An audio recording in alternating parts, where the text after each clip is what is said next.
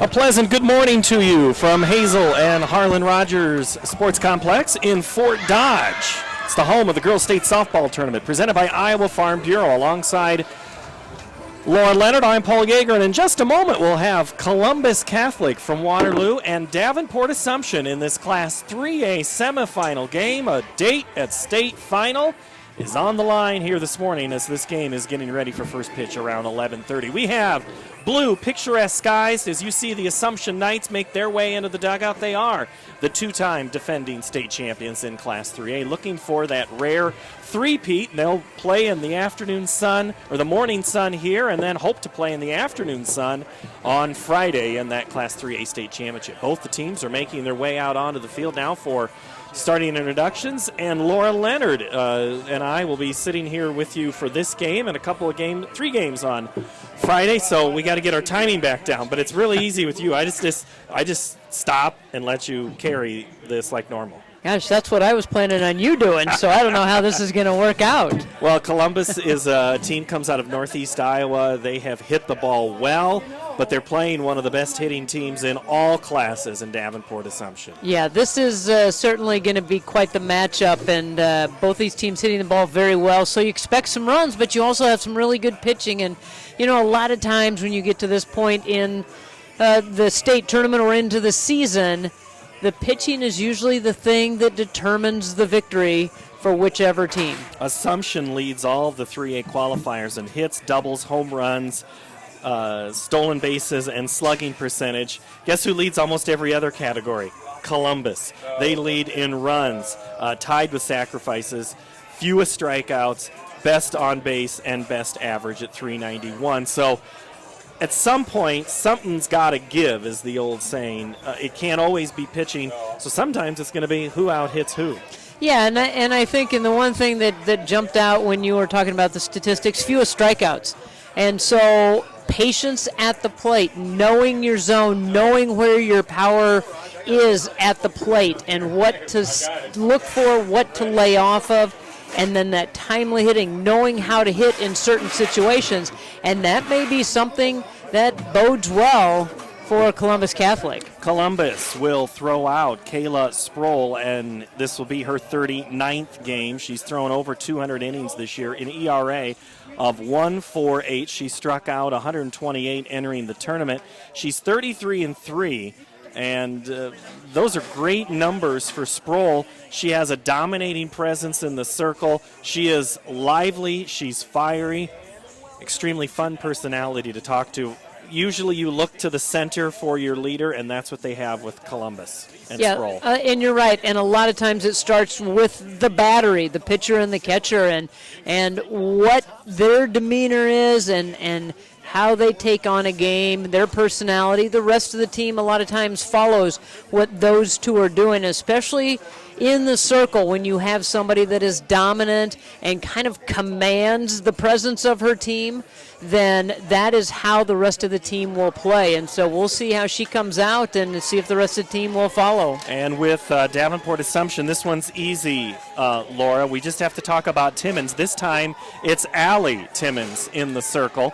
She is the younger sister and one of many Timmons girls that have come and that are going to come through the Assumption program. And Allie headed to the University of Iowa on the season, an ERA of 1.18. She struck out 200 herself, and she was 29-0 entering the tournament, now 30-0 as Assumption won in their opening game. Allie had a really good tournament last year, but it was after the state high school tournament in a travel program where she caught lightning in a bottle, pitched extremely well, got the attention of the University of Iowa, and now she's going to be a Hawkeye. And, you know, it's timing, and it's you ride the wave of momentum, and that's exactly what she did, and she's well-deserving of being able to get that scholarship and head to the University of Iowa. Her sister, one of them Drake Bulldogs, you're very familiar with her. Yeah, and she had a really nice season, too. You know, she was playing in the shadows of Nicole Newman, who had a fantastic year, but the duties of that number one pitching spot are going to fall to her older sister at Drake next year. And it'll be an interesting time how it all works out. Do we take the break now, or do we take it after the lineups? You tell me, Ruben. Ruben's in charge. You want to talk about who's in charge? I forget we take it now, right? We're going to take a quick break. We'll have starting lineups right after this. You're watching the Girls Union Digital Network, powered by Mid-American Energy Company. We might not always know what the day will bring, but some things are certain. The sun will rise and your lights will go on. That's because at Mid-American Energy, we're obsessively, relentlessly committed to providing you energy when and where you need it, to connecting with you and keeping our communities safe and strong. Because the most important thing we put our energy into is you. We're obsessively, relentlessly at your service. This is more. More savings. More service. More focus on fresh, quality produce. Expert butchers who know more. And the most talked about meat in town. We are Fairway. We put everything into meat and grocery. And this is more. I wanted a big university experience. Without the big university price. That's why I chose Iowa Central. What makes Iowa Central so different than other community colleges is its size. Big campus, lots of programs, athletics, and performing arts. I live right here on campus. And the teachers know me by name. I'll be career ready in 2 years. And all my credits transfer to a university. It's a big time experience. Without the big time price. Come see it for yourself. In Iowa, we all play by the same rules. Hard work pays off, practice makes perfect, success is something you earn, and teamwork helps us all be winners. The Iowa Pork Producers Association is proud to support statewide. All right, welcome back to the state softball tournament and the semifinal action. We're now going to have our starting lineups, which are brought to you by Buena Vista University, located in Storm Lake, Iowa. Buena Vista prepares students for lifelong success through transformational academic, professional, and co-curricular programs. Schedule your visit today at bvu.edu. And now, your starting lineups. Let's meet the teams.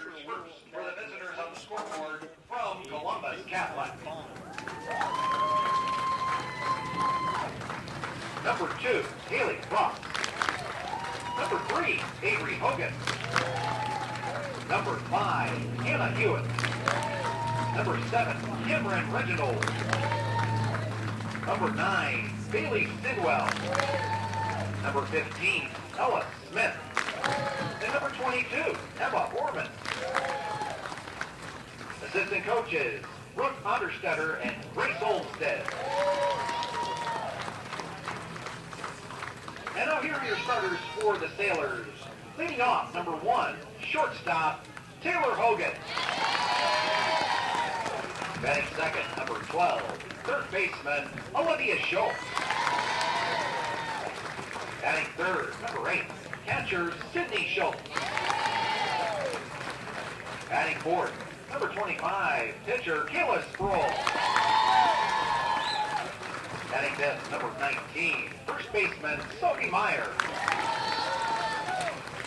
Batting sixth, number 10, center fielder, Jalila Hart. Batting seventh, number 4, right fielder, Malia Little. Batting eighth, number 6, second baseman, Jenna Schott. And batting ninth, number 13, left fielder, Megan Lindsay. The head coach of the Columbus Catholic Sailors is Chris Olmstead. And now here are your starters for the home team on the scoreboard from Davenport Assumption. Number 4, Gracie Miller. Number 5, Bella Schlickling. Number 10, Izzy Croken. Number 17, Paige Madden. Number 20, Katie Anderson.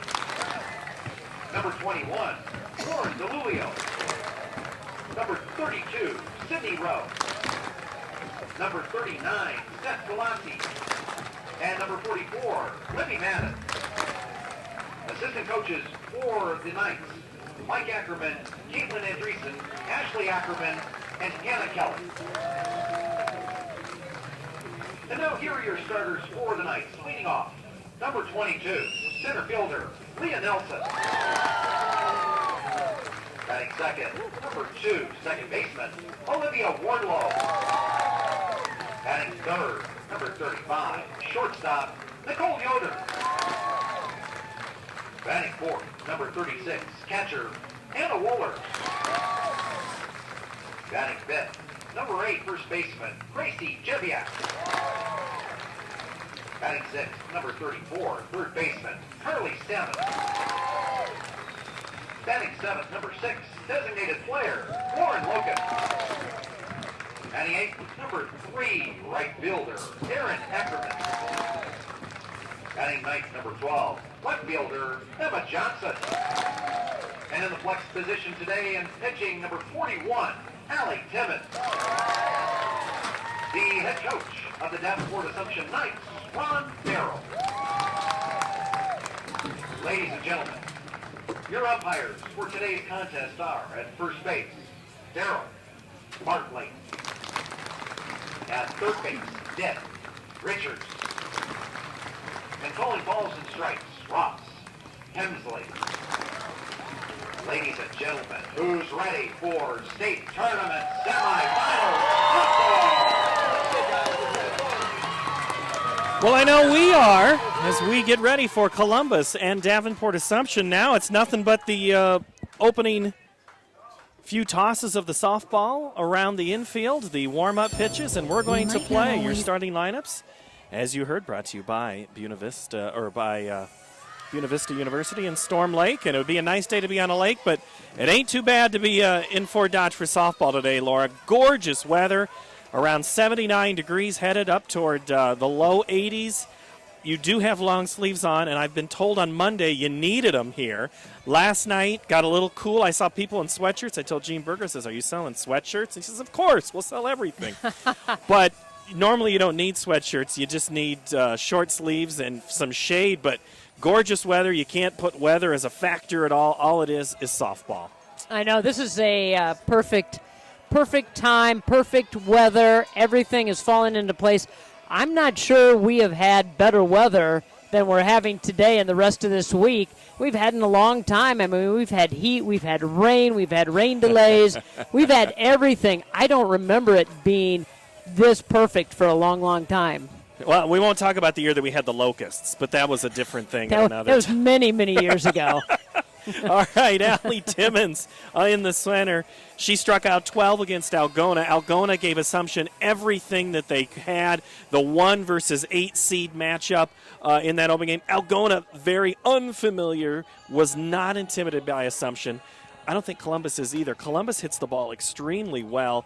Their top 3 hitters in the game against Albia, they went 7 for 12, and so if it's going to be key for this top of the order for Coach Olmstead and his Sailors.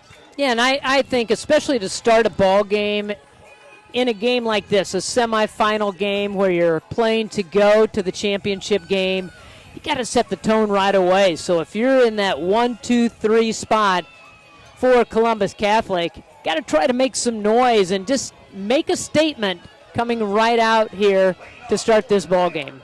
The defense for Assumption: Emma Johnson, Leah Nelson, Erin Ackerman, left, center, and right. On the infield, it's Carly Salmon at third, Nicole Yoder at short, Olivia Wardlow at second, and Gracie Javiak at first. Allie Timmons in the circle. Anna Wohlers behind the plate. Batting first for Columbus will be Taylor Hogan. She was 3 of 4 against Algona. Bats .611 on the season. It's an okay average. Yeah, that's pretty darn good. We'll see how she does as a leadoff hitter and see if she can get things started. But, 6'11", that tells you she's making contact more often than she isn't. Looks at a first pitch high, and we're underway in Fort Dodge on the Iowa Central Field. Second pitch is in there for a called strike. Home plate umpire today, Ross Helmsley. At first, Daryl Bartling, and at third, Deb Richards. And these umpires have chosen to wear the pink tops today, as many umpiring crews have this week. One of the new twists. Third pitch has popped up behind us. And now Hogan will bat with 2 strikes on her. Yeah, I was watching the other day, and I looked, and I thought, well, what are those umpires wearing? And I had to double take, and I like it. I like that they're wearing the pink tops. Always something different here at the tournament. The 1-2. In there for a called third strike. Up and in, not the pitch that Hogan was looking for, and Timmons off with her first strikeout of the game. Timmons working all parts of the plate in that at bats and showing a little bit of her stuff. Showed a rise ball, showed down and in, showed up and away. So these hitters, as you had said, they don't strike out a lot for this Columbus Catholic team. They're patient. They're good hitters. I think they're just getting up there trying to get a feel to see what Timmons is going to throw to them. And then they need to go back to the dugout and talk amongst themselves. That's something Brooke Wilmus talked about yesterday. We were discussing what do you do if you're coming in as a pinch hitter? And he says, well, you've been asking your teammates the entire time as that one is ripped towards second. Up with it is Wardlow over to first. Not in time as Schultz ran down that baseline extremely fast. I don't think no matter what play Wardlow made, she was going to get Schultz. No, what a great stop, though, and a great effort by Wardlow over there at second base. And just, I think all the momentum going towards the outfield really had a tough time of getting up and trying to make a strong throw. Good hustle down the line by Schultz to get the first hit of the ballgame. I'm sure Sydney Schultz, who bats now, had talked to Hogan earlier, found out what Taylor was going to tell her, and watches that first pitch strike. It's important on that bench that you relay certain information, is what Brooke was saying about just how important it is to say in, out, up. You're looking for a certain pitch. We'll see what Sydney's looking for here on the 0-1. Inside, evens up the count. And you also look for patterns. Do these pitchers and catchers fall into a rhythm and a pattern that they might always first pitch, work outside corner, then go inside, and so you're always looking for those kinds of things as well. 1 on, 1 out, lifted behind short, going up, sticking her arm in the air. Nicole Yoder, the solid fielder, makes the play. And there's 2 out here in the first. That'll bring in the pitcher, Kayla Sproul. Good job by Yoder, being able to take a few steps back towards the outfield and jumping up right at the right time to pull that one in. Sproul, a .374 hitter, watches the first pitch strike. So it looks like Columbus have taken a lot of first pitches in their at bat so far in this game. And I think that's what you need to do. You have to get a feel for what Timmons is doing. The 0-1 is ripped up the middle, fielded. Unbelievable play right up the middle. Yoder to Wardlow. It went out of Yoder's glove, and it was a shovel in every aspect of the word to get it to Wardlow to get the force out at second. That's teamwork at its best. Everybody converging on the ball up the middle, and Yoder lays out and just pushes it across the diamond to get the force. We've played a half inning. Assumption coming up. MidAmerican Energy and you, together partnering to change the energy landscape by pioneering money-saving, energy efficiency programs and building a new industry in Iowa, wind energy, all while keeping your rates low. So what's next? We'll keep delivering cost-effective energy efficiency programs while putting money back in your pocket. That's right. You decide how best to spend your savings. That's a partnership good for you, good for the environment, and good for Iowa. Another way we're obsessively, relentlessly at your service. I am smart. I am smart. I am smart. I am kind. Kind. I am kind. I am strong. Strong. Strong. I am important. I am important. I am important. I am the Iowa girl. I am the Iowa girl. I am the Iowa girl. I am the Iowa girl. I am the Iowa girl. I am the Iowa girl. I am the Iowa girl.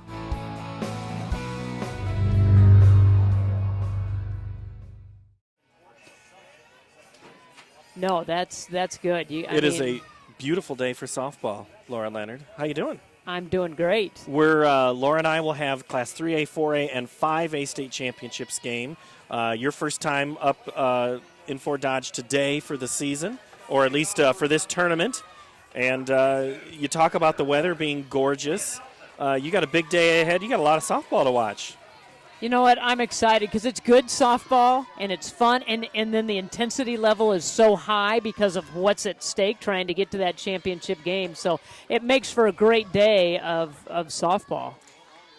Well, kind of figured that's what Assumption was going to do, is lay down the bunt, and that's exactly what Leah Nelson did on the very first pitch.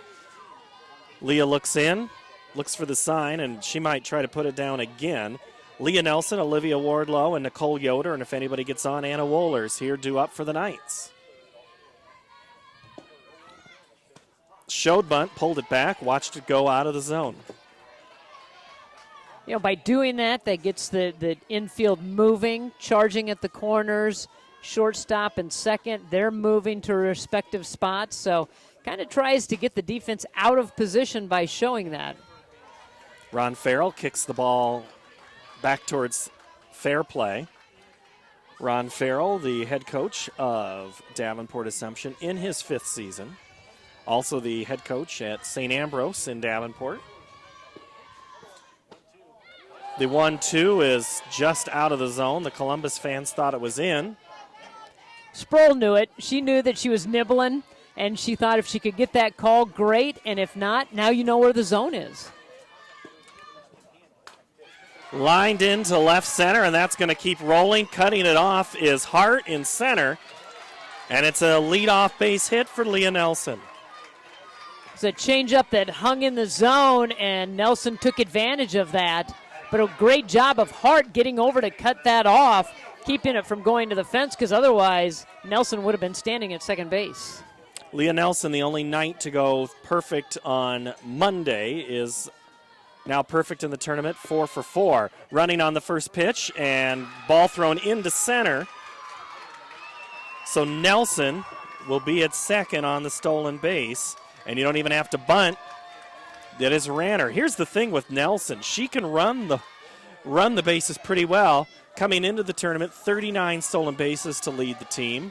No surprise she's running. We'll see if she runs here on the next pitch.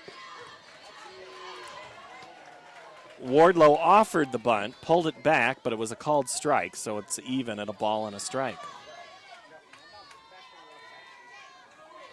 Well, you have the infield really pulled in, so if they did want to try to sneak Nelson behind the defense, it would maybe be a very close play, but you have her in scoring position, so you don't want to waste her out there. Don't want to get too aggressive and too greedy in the first inning. The 1-2 outside evens up the count. Assumption looks at teams, tries to find opportunities. I won't say weaknesses. There's not teams here with many weaknesses when you're playing in the Final Four. The 2-2 out of the zone, swung on. That's going to be a hit. Nobody there covering. It's going to be first and third with nobody out for the Knights. A swinging bunt by Wardlow. And the swinging bunt is very effective. Just tops it. Was on top of that pitch, but gets it into a position where it was very hard for Sproul or Meyer to grab it in time to make the play over at first. Laura, that was ball 3 and way out of the zone. If you're thinking swinging at a certain pitch, do you really care where it is in the zone? If you can make contact, if you know you can reach it and you have plate coverage, then you're fine. Blooper, they were running on the play, first to third. A hit and run was on, and Wardlow is going to be doubled off at first. So Yoder hits into a double play. It was just a floater as Hogan came over to make the play. Well, your responsibility as a base runner on a hit and run is you got to find the ball. You got to listen for contact, and you've got to find the ball. And I'm not sure that was a hit and run. I think it should have been a straight steal. Take a pitch, get her into scoring position, and then you have 2 runners right there at second and third for Yoder. It's up to Anna Wolters. She's up 1-0. Looks at a strike.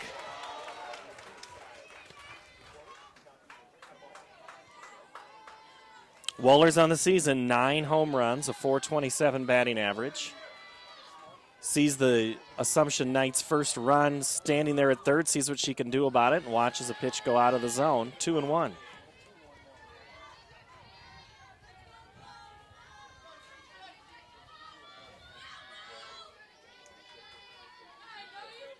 You know, early in the ball game, this could be a huge turning point.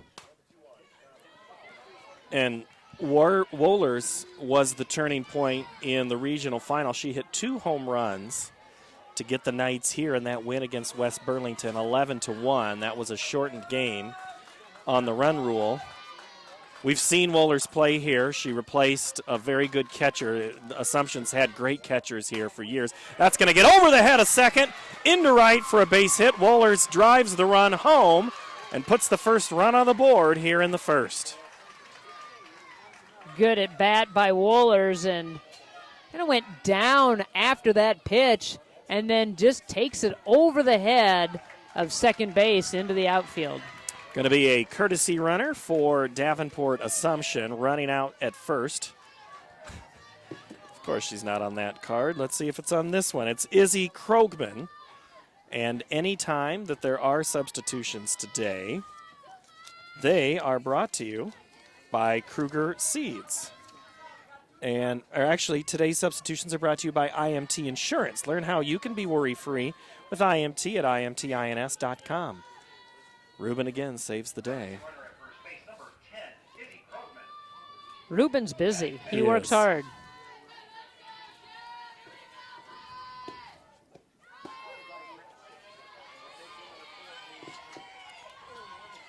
Batting now for the Knights is Gracie Jeviak.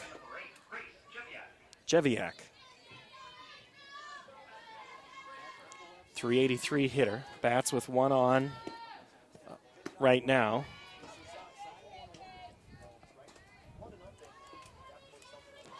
And the ball, 1 strike count, 2 outs. Krogman at first. Krogman's getting a good jump over there at first base, and I think just really testing the outer limits of how far she can get away from first, and may she go on this one? She might. And she is lifted towards center, playable, but back up against the sign in center is Jalea Hart, makes the third out with the fly ball catch. The Knights score first, lead 1-0 after 1. We might not always know what the day will bring, but some things are certain. The sun will rise and your lights will go on. That's because at MidAmerican Energy, we're obsessively, relentlessly committed to providing you energy when and where you need it, to connecting with you and keeping our communities safe and strong. Because the most important thing we put our energy into is you. We're obsessively, relentlessly at your service. This is more. More savings. More service. More focus on fresh, quality produce. Expert butchers who know more. And the most talked about meat in town. We are Fairway.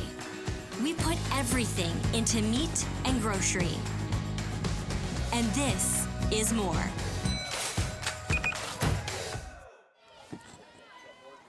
Knights score first in the first. Couple of hits, couple of aggressive base runs, and a base hit by Anna Wohlers. 1-0 Davenport Assumption leads Columbus Catholic from Waterloo. Sophie Meyer, Jalea Hart, and Malia Little. If anybody gets on, Jenna Schott. First pitch is swung on and missed by Sophie Meyer. And joining us now here on Iowa Central Field is Tom Beneke from Iowa Central, one of the vice presidents there. Tom, good to see you. How you been? Good. Thank you for having us out. Always good to have you here on the Iowa Central Field. And if you're putting your name on a field, you must like this tournament in town.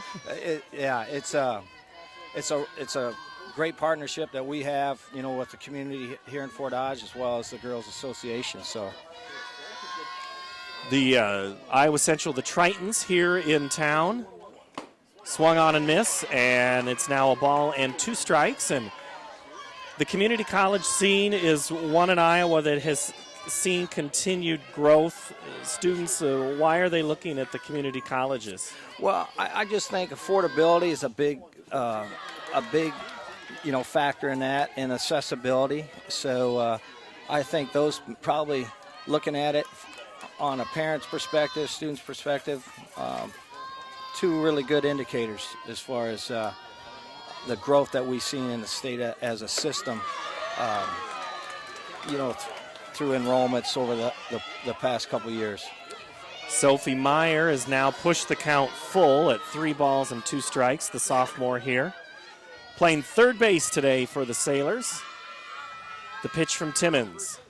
Swung on and missed, and it's a strikeout for Meyer. And, Tom, the thing about community colleges that other presidents at other places and vice presidents that I've talked to have always said, what they can do is when there is an opportunity in, say, the community or the region, a factory closes, a business pulls out of town, you might have a class that's available within days, if not hours, of that announcement, retraining workers. That's really your strength, is your flexibility and how you're able to turn. Exactly, yeah, and you're exactly right. So, as a community college, you really have to be responsive to the needs of your region. And so when those unfortunate things happen like that, we can reach out to those businesses, industries, and help those displaced workers, like you said, get retrained.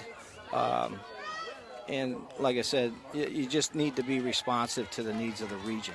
Now, you're one of the vice presidents. I didn't say you're the, but what's your title, Tom? What do you oversee specifically? I should let people know. Well, yeah, I'm the vice president of enrollment management and student development. So really, I say anything that's non-instructional. So the admission side, financial aid, housing, athletics, all the student services functions, I oversee.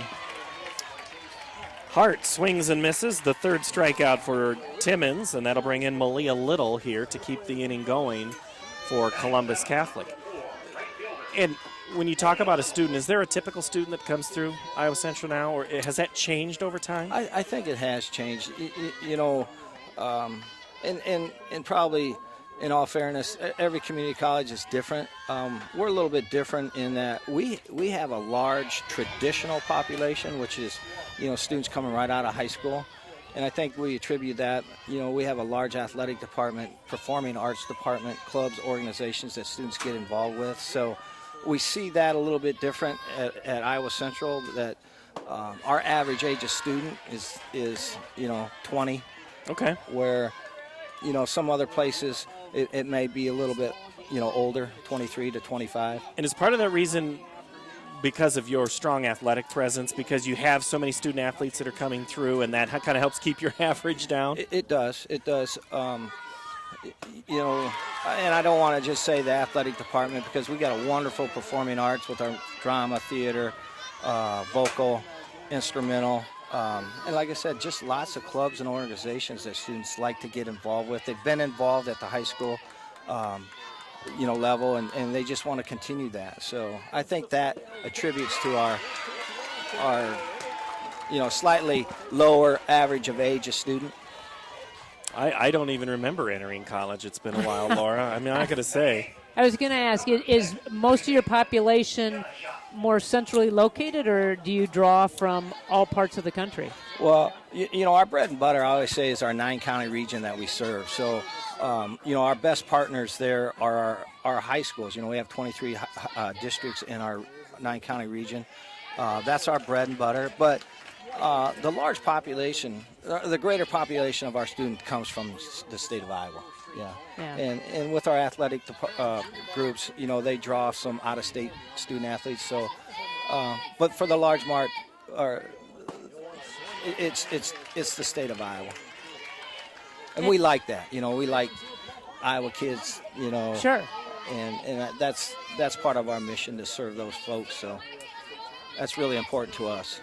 And is there opportunity for adult education if Paul and I wanted to go back and maybe pick up a degree or pick up some classes or training? There opportunity for us to do that? Absolutely. We have a number of programs that in the evening, which, working adults can go to. We have a very large and really a growing area for us is online degrees, So for working adults, they don't have to come to campus necessarily. So they can do that after they get home from work and take their courses online. So that really has been a growth area for us. And Tom Beneke from Iowa Central joining us here in the middle of the Class 3A semifinal game between Davenport Assumption and Columbus Catholic. Fly ball lifted with 2 outs. It'll be hauled in by Leah Nelson. And the Sailors leave 1, but still haven't been able to push a run across. So, Tom, I'll keep you here through the commercial, and then I'll let you get on with your day. So now we can just really talk and just let the girls, let them warm up a little bit. So the reason you have Fort Dodge as a community is extremely proud to host this tournament. 50th time they've had the Harlan Rogers is in its 50th year, and it's the 49th time they've had the tournament here. The community responds. What role does Iowa Central have in helping Parks and Rec and the city put this tournament on? Yeah, like I said, it's a great partnership between with the college, the community of Fort Dodge, and the Girls Association. So, the teams, we house the teams that compete, in the state softball tournament. We feed them there. They utilize our practice facilities, So we really try to accommodate any of the teams with any of their needs that they have once they're here and competing. So it's, like I said, a great partnership. I can't tell you how many times Laura and I have heard over the years talking to these girls about the staying in the dorms and what they do and how they keep active. So I'm just putting it out there. How often do you have to clean up hair dye from these teams when they get done because they've done something with their hair one color or another? Well, there's probably some. They probably have to talk to our maintenance department. They probably deal with that. But we love having them there on our campus. It's great exposure for us, having them on campus.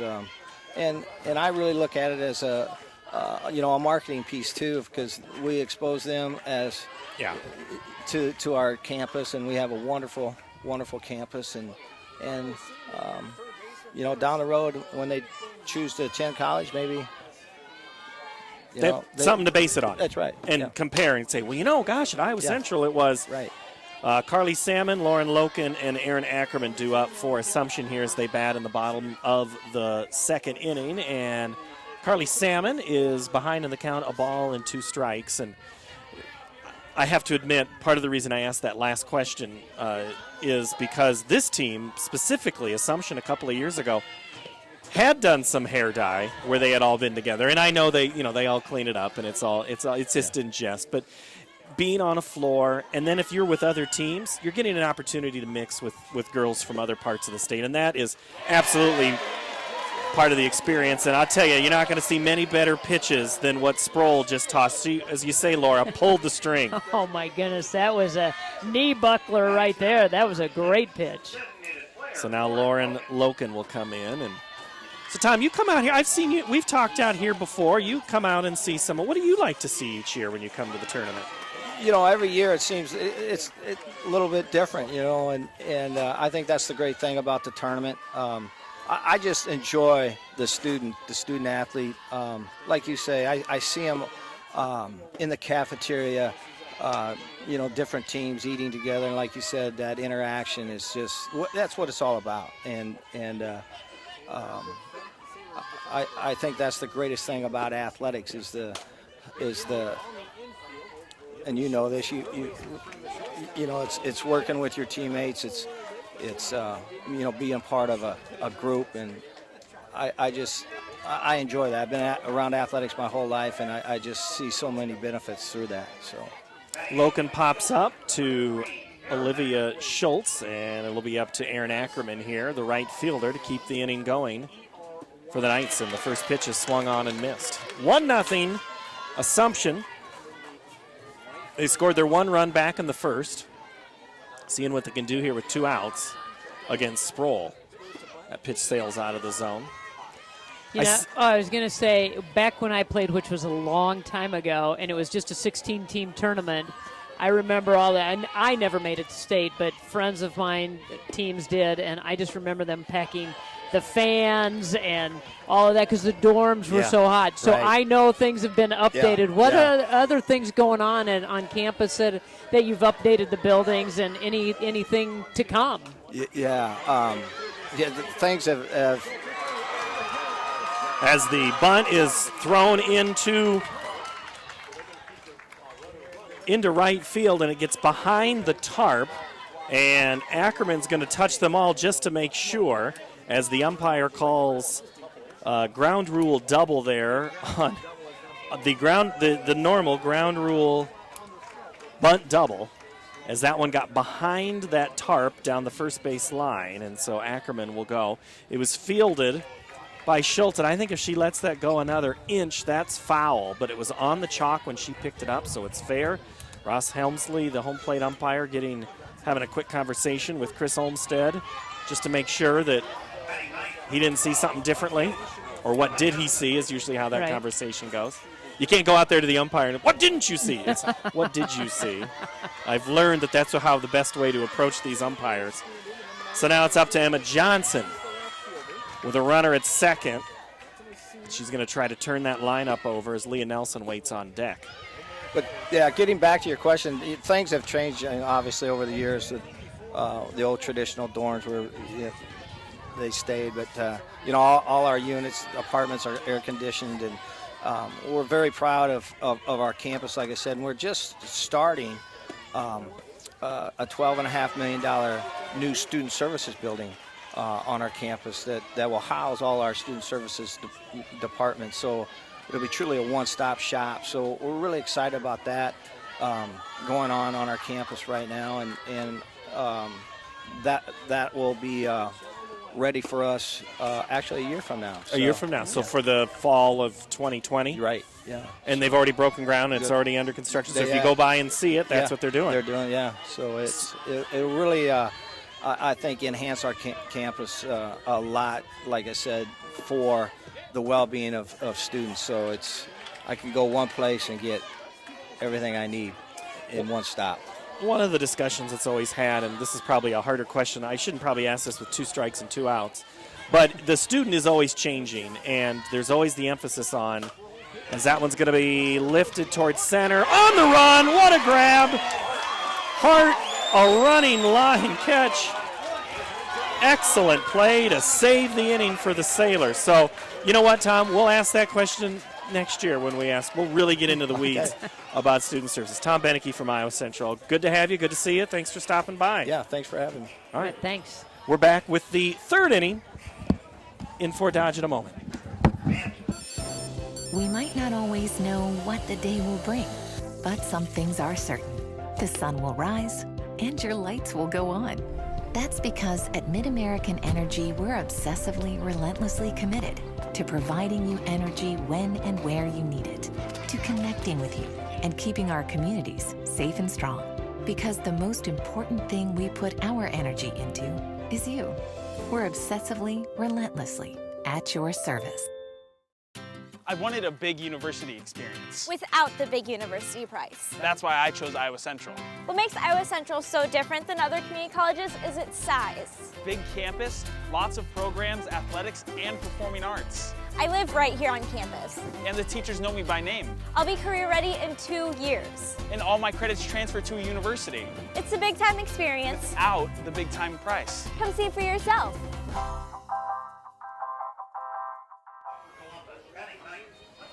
Columbus bats here in the third inning. They trail 1-0. Regan Lindsay, then Taylor Hogan, and Olivia Schultz. Paul Yeager alongside Laura Leonard here, and letting you know that leaders start at Central College and scholar athletes succeed on the court and in the classroom.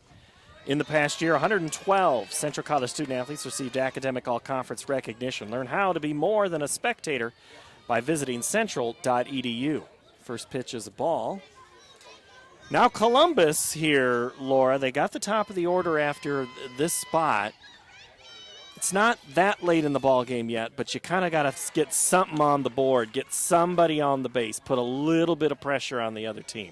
Yeah, you want to just start getting things going, get a runner on, so then you have options. Once you get a runner on, then you can do a few things. You can hit and run, you can bunt them across, you can do whatever you want. But you've got to get that first runner on. And how do you do that? You figure out a way when you're up at the plate. And Lindsay, being the number 9 hitter, going to turn that order over to the top. maybe lay down a bunt, take a peek at the corners. Both of them They're playing pretty even far with back. the bag. Yeah. So, well, in fact, first is way behind the bag.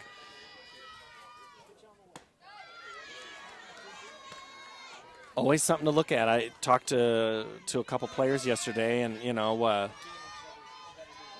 did you know where to hit it? He goes, yeah, I took a look down at. I always look at where the fielders are at, and I don't know if every player does that. The good ones do. And that one is in there for a called strike. 3, and Reagan Lindsay sits down as that's the 4th strikeout for Allie Timmons. So Hogan will bat for the second time this game. That's a good point, though. You step into the box and you survey the field and see, and you see all these shifts that happen with different hitters up. If they're a lefty slapper or if they have some speed, you see how defenses adjust to that. And then as the hitter, you try to make adjustments to try to get that base hit. Foul ball goes into the stands behind us here at the Iowa Central Field. 3 sets of stands for fans to the left and right, above the dugout, or behind the dugouts, and then behind home. The behind home is a new section in the last few years. I think it's the 3rd year we've had that. New press box area up above.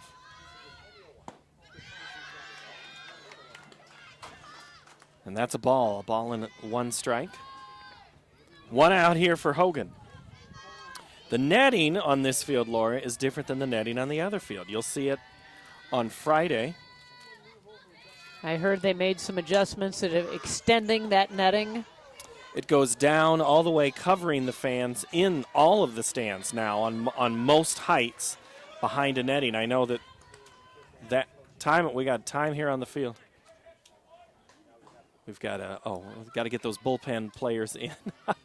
can't get the fence open. They've locked themselves in or out. I think. I know those players sent to timeout because they were naughty in the dugout.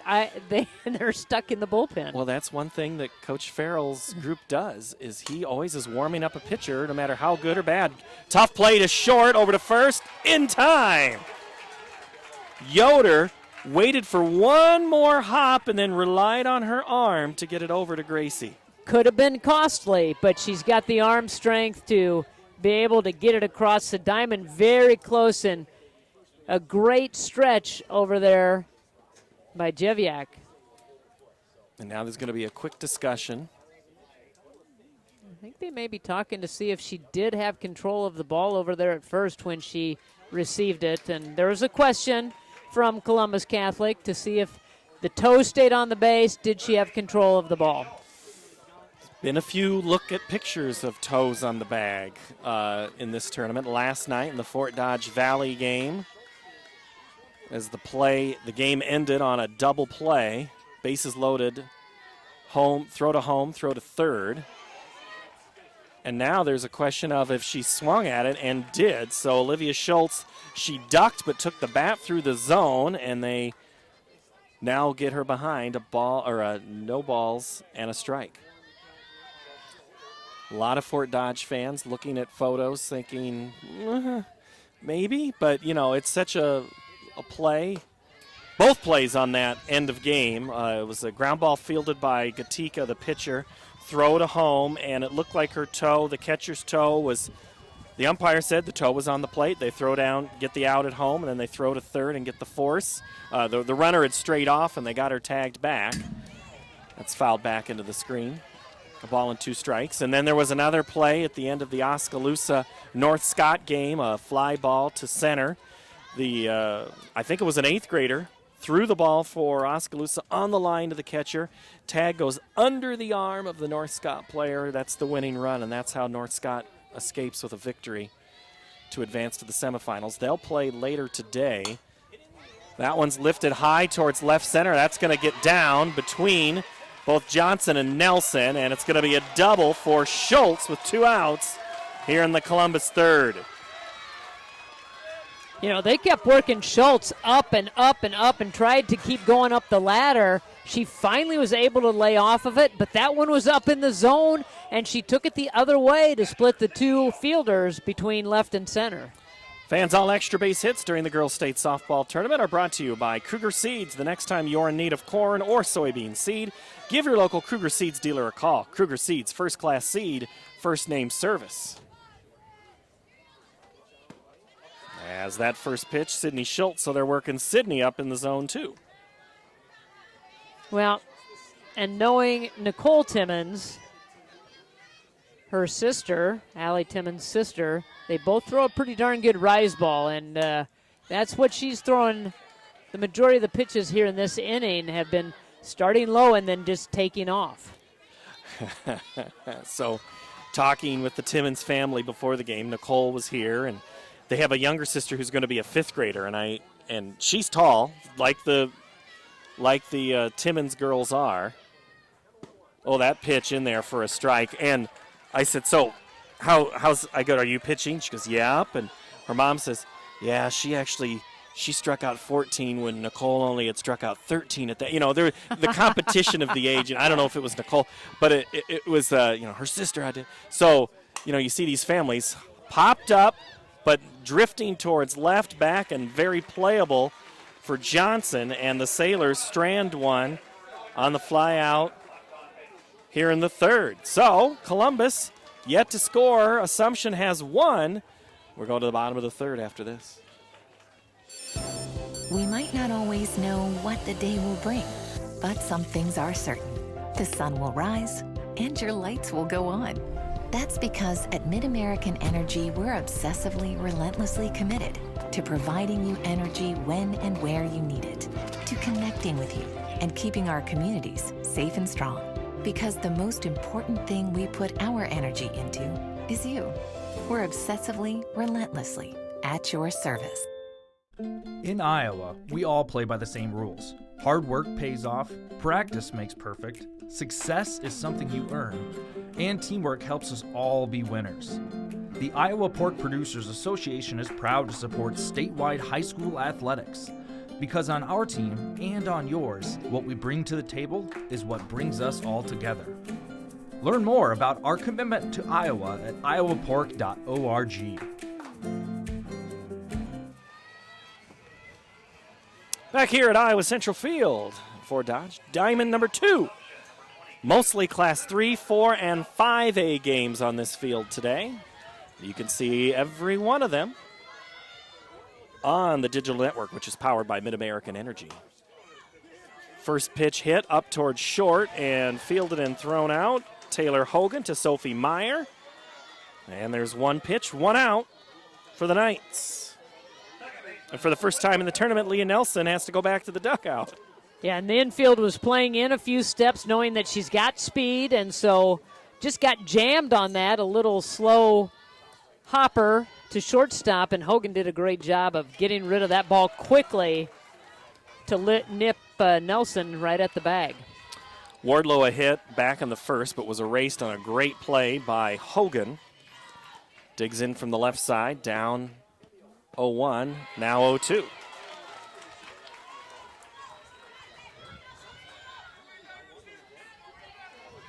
Wardlow's got speed as well. 36 stolen bases, which is just behind Nelson's 39. For not stealing, we're bunting you over.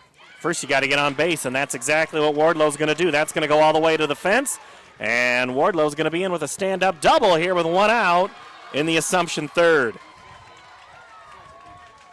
They have been doing a great job of going with that pitch and hitting it into right center field. That one just splits the defender, gets all the way to the fence. And Wardlow doing a great job as she rounded first. She's looking over at Coach Farrell to see what she needs to do. All extra base hits are brought to you by Kruger Seeds. The next time you're in need of corn or soybean seed, get your local Kruger Seeds dealer a call. Kruger Seeds, first-class seed, first-name service. So now, Laura, 0-1 with your third-place hitter up. Yoder, you want her swinging away? Well, she's swinging there, fielded cleanly inside the line, getting the runner over. Schultz to Meyer, and Yoder gets the job done. So the answer to your question was yes. But it did what it was supposed to do. It moved the runner up over to third base. And so now anything can happen here. You never know what Davenport Assumption might do. I know there's 2 outs, but would you maybe try to squeeze a second run in? Or let Wohlers swing away and pop it up a mile high. Sproul goes back, makes the catch calmly. Danger escaped. That was not calmly for me. I thought it was going to fall off the tip of her glove. She made it look easy. Nice play by Sproul. We played 3.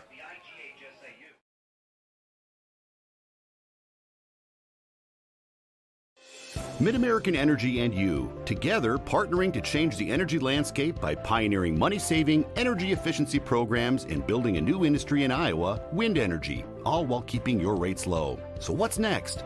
We'll keep delivering cost-effective energy efficiency programs while putting money back in your pocket. That's right. You decide how best to spend your savings. That's a partnership good for you, good for the environment, and good for Iowa. Another way we're obsessively, relentlessly at your service.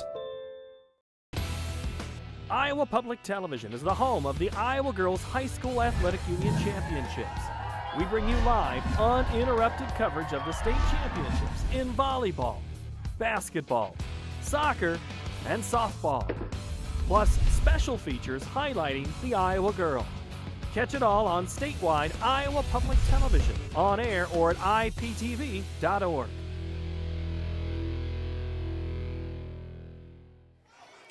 Central College is recruiting leaders. Come learn and play at the place that regularly wins national team championships, national individual titles, and conference all sports titles. Visit central.edu to learn how you can be more than a spectator. Along with the Drake and Roosevelt alum, Laura Leonard, I'm Paul Yeager. As we ride into the 4th with the Columbus Sailors, we'll send Kayla Sproul, Sophie Meyer, and Jalila Hart to the plate. Let's see, you know how television works, Laura. You make a great defensive play, and then you turn it around with the bat. Let's see what Sproul can do here. I said caught it calmly, but it made me nervous. It made me nervous, too, because I think that had a little overspin on it, and it was moving away from her, but she was able to reach behind her and pull it in. That is one of the toughest plays to make anywhere in foul territory, especially close to home. Sproul's going to get it down, right to Wardlow. It kind of hung up just a little bit longer, and Wardlow makes the catch, 1 away. It just had enough air underneath it that it allowed Wardlow to float in underneath it and kind of a little leap at the end to pull it in. 0-2-1 for Columbus, 1-5-0 for Assumption here in the top of the 4th.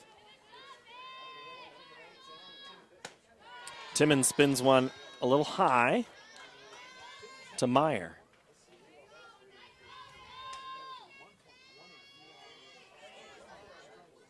Well, they were able to get the double the last inning from Olivia Schultz to kind of give them a little confidence at the plate, knowing that they can hit Timmons. They've had some runners on, just have not been able to move them around. And now's the time. You don't want to press at the plate, but you have to be confident. You have to be smart. You have to try to make some things happen.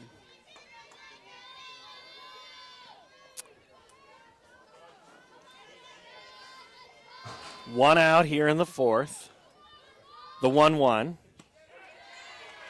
Catches the corner. It's a ball and 2 strikes. Winner of this game will play Friday at 3:30 in the state championship game. They'll play the winner of Louisa Muscatine and West Liberty, which is the next game. That one is low. 2-2. Louisa Muscatine with a 10-4 win over Mount Vernon, whereas West Liberty and Trainer, that was 10-0, a shortened game. West Liberty actually throwing a no-hitter for much of that game. Isabel True, who, if you're like, wait a minute, you said she's pitching for West Liberty? Well, she pitched for Louisa Muscatine last year and moved into the West Liberty district towards the end of the school year. Family situation there, and so True, who was the captain of the all-tournament team last year in 2A when Louisa Muscatine won it, is now pitching for West Liberty, and she'll face her old team at 1:30, so the game after us today on the other side of this bracket. So a couple of storylines there to watch. Yeah, that'll be very interesting to see how she reacts to facing her old team, and will she have jitters? And, there's a lot of emotions that go through your mind when you come back and you face old teammates. Well, Haley Sanders, the UNI-bound softball player for Louisa Muscatine, very good in the circle, but did give up some runs to Mount Vernon. They made it interesting. So Sanders and True both alternated as pitchers last year. As there's a called third strike on the corner inside, Sophie Meyer will go sit down, and that is the 5th strikeout for Timmons. West Liberty, the Comets, they are 29-5. Louisa Muscatine 34-4. That game at 1:30, and you can see all of the semifinal games here on the digital network, which is powered by Mid-American Energy. The Iowa Girls State Softball Tournament presented by Iowa Farm Bureau on the Girls Union Digital Network, powered by Mid-American Energy.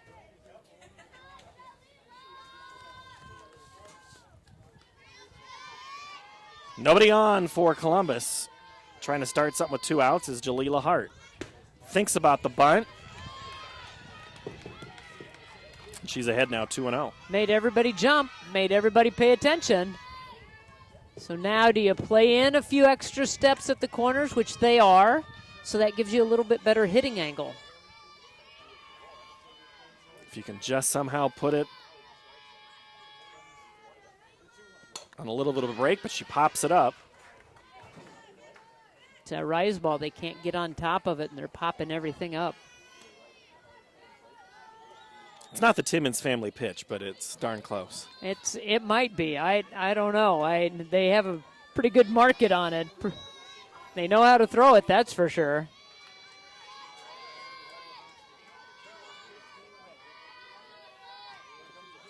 The bunt gets down. It's going to go right into the glove of a running Gracie Jeviak and makes the running play and retires the Sailors here in the top of the 4th. We might not always know what the day will bring, but some things are certain. The sun will rise and your lights will go on. That's because at Mid-American Energy, we're obsessively, relentlessly committed to providing you energy when and where you need it, to connecting with you and keeping our communities safe and strong. Because the most important thing we put our energy into is you. We're obsessively, relentlessly at your service.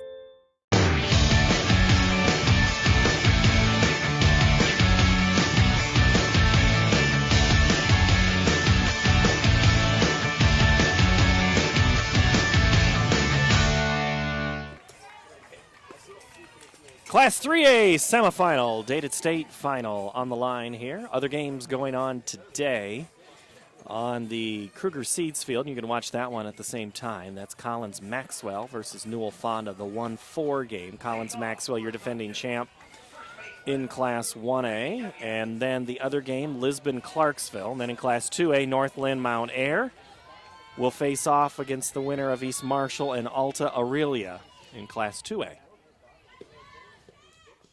Here it's Davenport Assumption, the defending Class 3A state champion. They won their first game on a Saturday morning, the second game on a Friday afternoon. Looking to get back into that Friday afternoon game. And it's really like, it's not quite we're not going to name the game. It's like the game that we don't talk about, the game that should go nameless, the tournament that should go nameless, where we started at 11:40. Nice hit to left, but it's going to be caught by Reagan Lindsay for the first out. Referring to the late start, we had a couple of rain delays on a Friday in 2017 that pushed the start of the Assumption Albia game to about 11:35, 11:40. The Midnight Madness game? The Midnight Madness game. And it wasn't just because of the delays. We also had a 16-inning game Class 2A final between Louisa Muscatine and Iowa City Regina. That also exacerbated the problem. Yeah, just when you thought that somebody was going to score in that ball game, that 16-inning game, your hopes were shattered because somebody would make a great play. There were a couple of plays made at the plate to throw runners out that could have possibly won it or put somebody ahead by a run. I mean, it was an exciting game. Yeah. Other than the fact that it pushed everything back. It's a good thing that was the second to last game and not the first game. Oh, my. You'd be playing catch-up the whole day. We'd still be playing that tournament today. We might still be. Carly Salmon is behind 1-2, lifts it towards right center, again making another great play. Jalea Hart, she has made 3 outstanding catches that have prevented Assumption from getting base hits today. She can cover some ground out there, and that's because she gets great jumps with the crack of the bat. She sees the ball off the bat very well and gets into position. Columbus got here on a 4-1 win versus New Hampton and a 3-0 win against Clear Lake. So had 2 close games in their leading up to state, whereas Assumption really hasn't had a close game since the July 1st game against Davenport North. However, Assumption plays in a very tough Mississippi Athletic Conference where they're playing 4 and 5A teams. In fact, they're playing a state tournament semifinalist in North Scott. Pleasant Valley, which was a state champion last year in 5A and lost in the regional final to Johnston. Johnston won yesterday and will play for a berth in the 5A title game against Waukee at 7 o'clock tonight. You go back and you look at their last 8 games, and that's including the 3 in the regional tournament for Davenport Assumption. They've scored 10 runs, 12 runs, 6 runs. That was a down game, off game for them. 14, 16, 12, 12, and 11. So they certainly can put some runs up on the board. So Columbus Catholic has to be pretty excited that they've only given up the 1 run. You're right. That's right. A little flare behind shortstop. Taylor Hogan pulls it in. The Knights go 1-2-3. We go to the 5th. 1-0 Assumption. We might not always know what the day will bring, but some things are certain. The sun will rise and your lights will go on. That's because at Mid-American Energy, we're obsessively, relentlessly committed to providing you energy when and where you need it, to connecting with you and keeping our communities safe and strong. Because the most important thing we put our energy into is you. We're obsessively, relentlessly at your service. All you have to do is you just have to get their feet here on the pavement and be.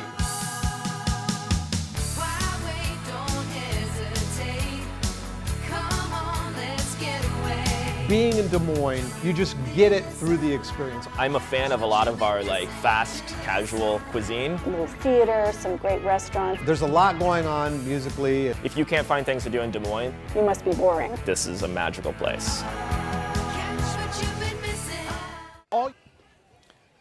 Malia Little, Jenna Schott, and Reagan Lindsay do up for Columbus. And we were looking at close games and, how tight games that you've been in. Well, if you look at Columbus, like I mentioned, the 2 regional games were close. Then they had a 4-2 loss to Jessup back on 7-1. But their last loss came on the 28th of June against Clarksville, a team that is playing for in the semifinals here today. So they've played Clarksville, who's at the tournament. They played West Delaware, who's a semifinalist. Xavier, which was a regional finalist. A couple of 5A schools. Akron Westfield, a perennial power. Key, which has had a good run. So Columbus has tried to up their schedule a little bit to get them ready. And if you like softball, I think, Laura, we've talked about this numerous times over the years about how the teams that usually we're talking about in the last day have probably played 2 to 10 teams that have played at some point during the week at the state tournament. Yeah, and I think that's a mindset of a lot of coaches that, boy, we got to get ourselves ready. We know what the tournament trail is going to be like and how tough it is, and so why not test yourself during the regular season? And let's pull in some of these teams that we saw at state a year ago or that are consistently in the top 10 or 15. Coaches that you've met and said, oh, hey, I'd like to play you. Or why don't you come to our place? How about we do a home and home? Or how about we go to the same tournament next year and see if we can get paired up against each other? And that, in no other sport, does that as well as what softball does, because you have those weekend tournaments, those maybe Thursday, Friday, or Friday, Saturday, Thursday, Friday, Saturday combo, where you can say, well, we go, Charles City comes to the Iowa City tournament, and they play. We've done that for years because that's why they've had such a good program over the years. Bunt is laid down. Timmons picks it up, and they're going to say Wardlow got her foot back on the bag, but for a moment it was off, but nice play. Goes 1-4, and there's 2 outs here in the Columbus fifth. It was very close because you're right. Wardlow had to reach over across her body and then get that foot back down on the bag. Over on the other diamond, Collins Maxwell leads Newell Fonda 9-0 in the top of the 6th. You can watch that game on another browser of the Girls Union Digital Network. Go to IGHSAU, but you already know that because you're watching us on the web here. Nice pitch from Timmons right down the middle to Reagan Lindsay. Lindsay struck out in her last appearance at the plate back in the 3rd. In basketball, it's kind of hard for teams to get across the state just because you're still in school. You can't give up a full Friday. Sometimes there are a couple of tournaments that allow crossover. There's one in Cedar Rapids for basketball. But then you've also had the Central Iowa teams, at least in 5A. They're not traveling now. They've added more conference games, so they're not able to go over to Iowa City or Davenport or Sioux City or Council Bluffs to play somebody. But in softball, have at it. We're off school. That's the joys of summer softball. Bunt is laid down. This one's probably going to be a hit. No play. Jeviak, just no chance there on the speedy Lindsay, who legs out the bunt. Well, a smart play to just pick it up and hold it, not make that throw, because if you do make the throw offline, then that goes out into right field. That could mean that Lindsay's standing on third base. So Lindsay doing what she needed to do to keep the inning alive, get it back to the top of the order. And that does bring up Taylor Hogan. 0 for 2 today. Batting .611 on the season, so you'd say by averages she's due. And sometimes that weighs on a player. If you've had a lot of success and very few outs, and then you go 0-2, a little more, you might press just a little bit on that press, third. You might think about laying down a bunt here. Because you feel better being on the bases than on the bench. Yeah, and I know, again, there's 2 outs, so they're in a little bit of a hole, so it takes away some options, but she has some speed. Got to stay off that rise ball, though. You've got to pick the perfect pitch if you're going to lay one down like we just saw Lindsay do.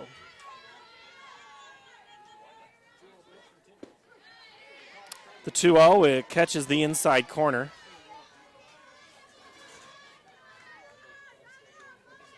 Chris Olmstead going through the signs there.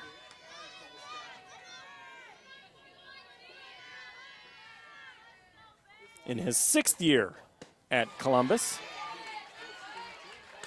And Hogan swings and misses, and the count's even at 2-2.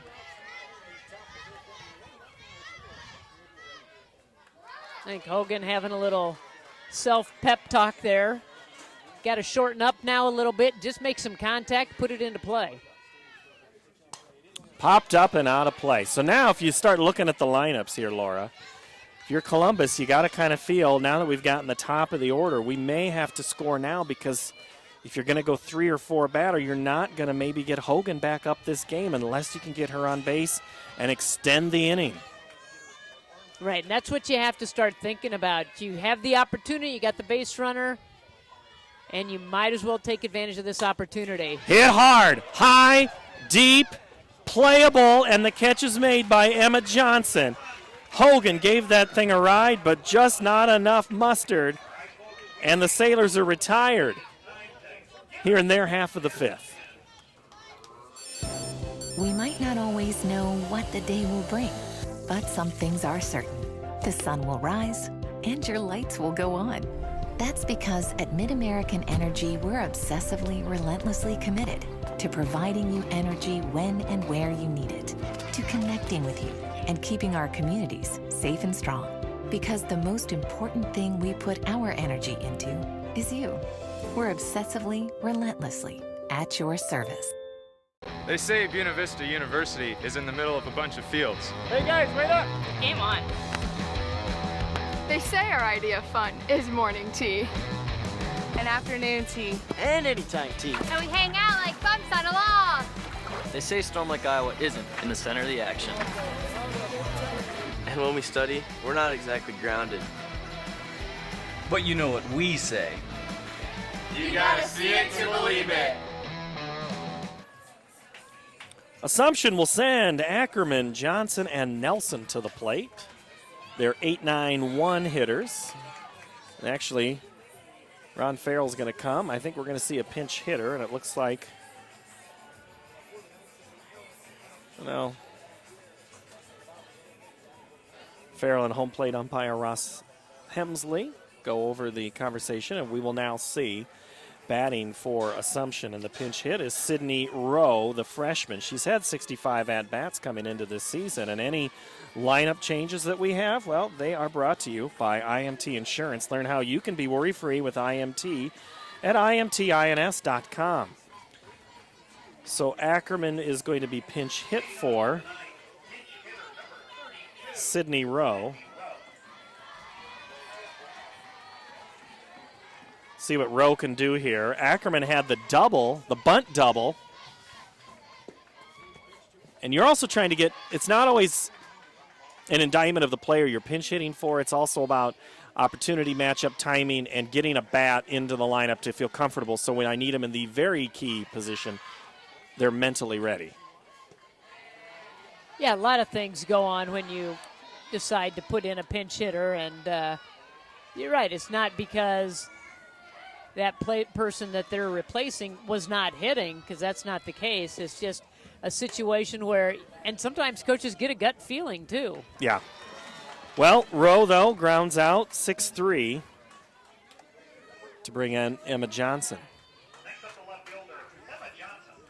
Now that I look at Johnson and Rowe, the bottom of their ponytails, they have had them dyed. So maybe they have made a mess over at Iowa Central. That's kind of that's the assumption. You know, it works to win.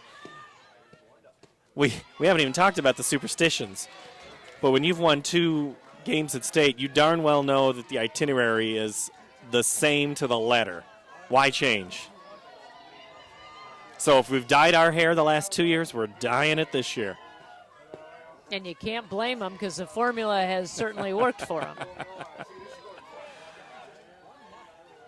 Assumption defense in the middle. Olivia Schultz at third, Taylor Hogan at short, Jenna Schott at second, and Sophie Meyer at first as they watch. And that's going to get right behind the infield. That hit right where the dirt and the grass meet behind Hogan. She had no chance at that one. Well, and Schultz was pulled in, as was Hogan, and it's a little jam shot to the opposite field that lands in a perfect spot. Assumption has had this in some games over the years where you just expect them to just roll a team or, you know, just hit. And it's sometimes a matter of not if, but when. Right now, it's been an if. Coach Farrell would like to see the when come in right now. Sproul's pitch is lined to center, and it's going to bounce but get past Hart. Coming around is Johnson. She's going to be waved in to score, and it's going to be a double for Leah Nelson. No doubt about that one. That was crushed in the second run of the game for the Knights. Well, yeah, that one was certainly tagged, and then it took a big hop, and it got by Hart, who has been outstanding in center field all game long. And she chases it down, but Johnson already rounding third base as that ball came into the infield. Our vantage point, Laura, is we are straight behind second pitcher's circle and the plate. That ball, I could not see get above any of those players into center field. I had to kind of duck off to the side to see, because that was such a line shot. And that one is hit almost in the same area, but a little more air under it. And Hart, this one gets by her again. Coming in to score is going to be Nelson, and Wardlow trades places with Nelson with another double.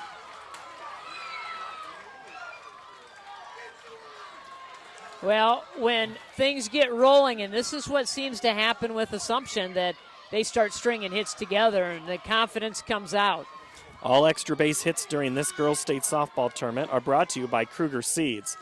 The next time you're in need of corn or soybean seed, give your local Kruger Seeds dealer a call. Kruger Seeds, first-class seed, first-name service. So Nicole Yoder bats, the third-place hitter.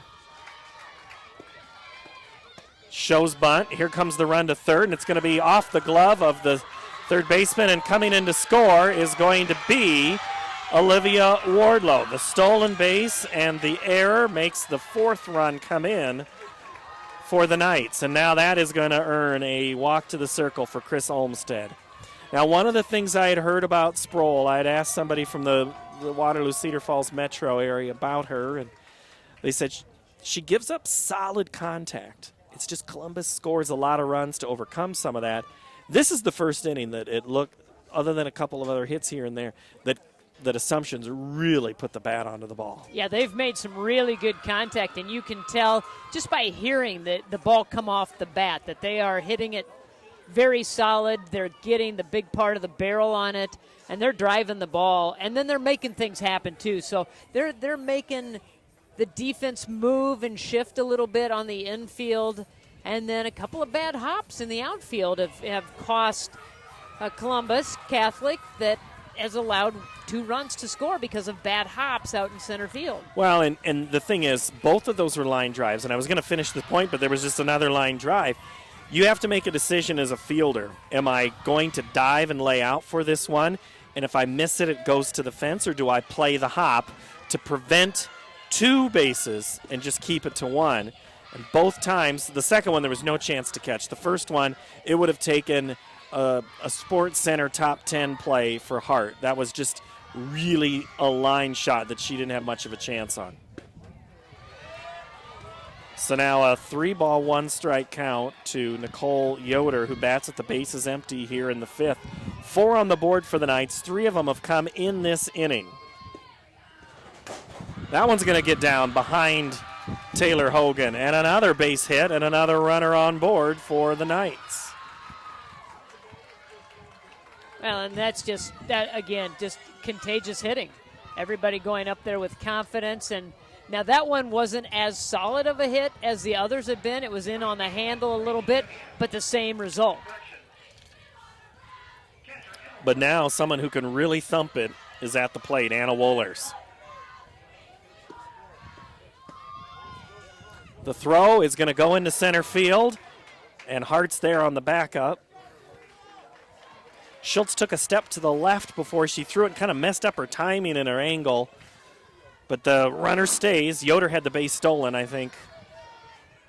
Yeah, I think she would have been there, but you're right. Just a little hitch and that step outside of the plate. And I'm not sure if Wohlers was in her line of sight or not, that she had to get herself clear by stepping out away from the plate. The thing about Wohlers, she's a sophomore. And she was a dominant player in last year's tournament, dominant player in this year's tournament. We talked about the great catching that has been. That one's popped up between second and right, but it's going to hang up enough for Little to corral it. And Wohlers has now popped up the last 2 times. Flied out. I believe it was Emma Valinas. Emma Valinas was the one who she replaced.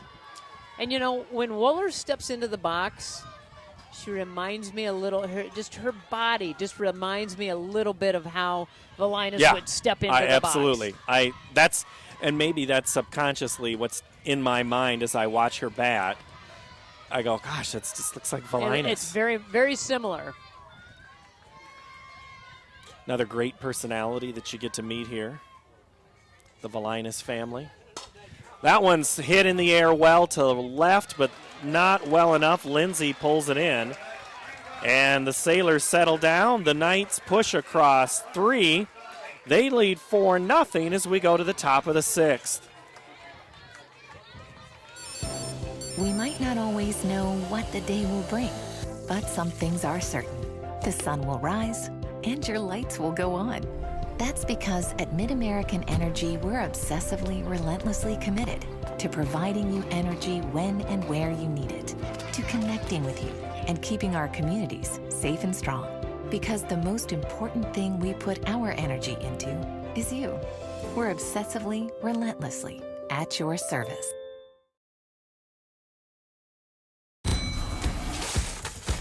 This is more. More savings. More service. More focus on fresh, quality produce. Expert butchers who know more. And the most talked about meat in town. We are Fairway. We put everything into meat and grocery. And this is more. Laura Leonard along with Paul Yeager here in the Class 3A semifinal game. Laura, I gotta tell you, the gal I worked with yesterday would have been dancing to all of this music in between times. Brooke Wilmus, I give Brooke a hard time. You know Brooke a long time and the whole family. I said, I don't know, folks, if you know this, but Brooke Wilmus loves dancing so much. It's listed on her official profile for the Missouri Tigers.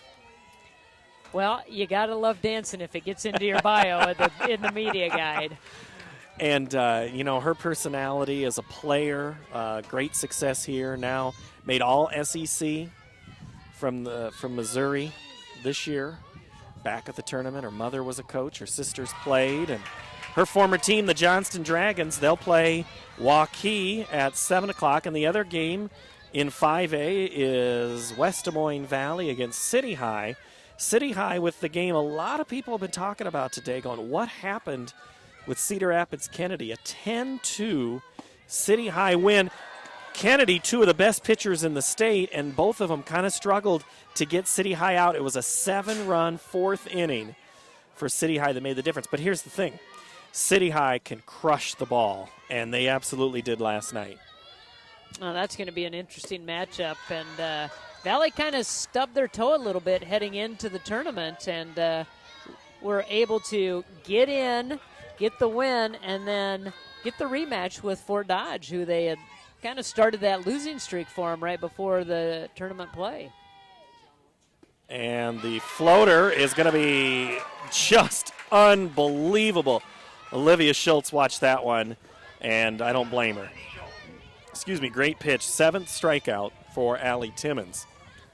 And you can go about it every which way, Laura. You can say teams start the year with tough competition, end the year, put it in the middle, have wins early, have wins late, losses early, losses late. They'll spin it whatever way they want, whatever works for them.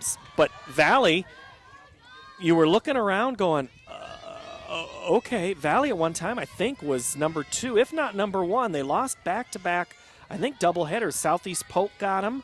And then there was games they lost to Fort Dodge up here. Yep. And if you're Coach Andy Adams, you're going, all right, we got him this time. Home diamond, home dugout, but it just didn't quite go their way last night, the 3-0 loss.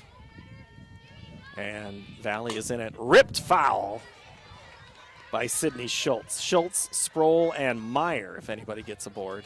One out here in the Columbus 6th. Because, you look at Valley, they play those last 2 to Fort Dodge. They last 2 to Southeast Polk. So they lost 4 in a row. Yeah. But they had beaten before that Charles City, North Scott. Both teams here playing today in the semifinal. So good competition. Polk was a regional finalist. Lost in the game to get to state. So you play tough competition, you sometimes are rewarded. But here's the thing for Valley. They've been able to get into that semifinal, but they haven't been in the championship game for a few years. And so there's a little bit of that pressure that they'll be facing. And City High's going, we're happy to be here, but we're also going to win. Nice play on the infield by Assumption. By Yoder. Well, Salmon was pretty excited, too. Well, Salmon actually came across and cut her right. off. That's and right. that's what a good third baseman does. I mean, two people converging on it, short and third base, and Salmon had the better angle, and what a great pickup and quick throw. Is that because you're moving forward as opposed to stopping and pivoting? Yeah, because as a shortstop, you're going away from the play. As a third baseman, the play is right in front of you. All your momentum is taking you diagonally across the field. Salmon, no stranger to the state tournament either. She's played here a number of years. Veteran there at third base. Timmons' pitch, pitcher to pitcher, is high. So Sproul, 0 for 2, hit into a fielder's choice back in the first. And popped up back in the fourth. Looks at a strike. And I got to say this one last time, just one more Jessup drop. Sproul. I said, Kayla, are your grandparents in Jessup? And she says, yep. She had been in the Jessup system and then went over to Columbus in junior high, where family was at as well. Fly ball caught in the outfield by Leah Nelson. So the Sailors are down to their final 3 outs. Assumption looking to add to their 4-0 lead when we come back. We might not always know what the day will bring, but some things are certain. The sun will rise and your lights will go on. That's because at MidAmerican Energy, we're obsessively, relentlessly committed to providing you energy when and where you need it, to connecting with you and keeping our communities safe and strong. Because the most important thing we put our energy into is you. We're obsessively, relentlessly at your service. All you have to do, you just have to get their feet here on the pavement and bing.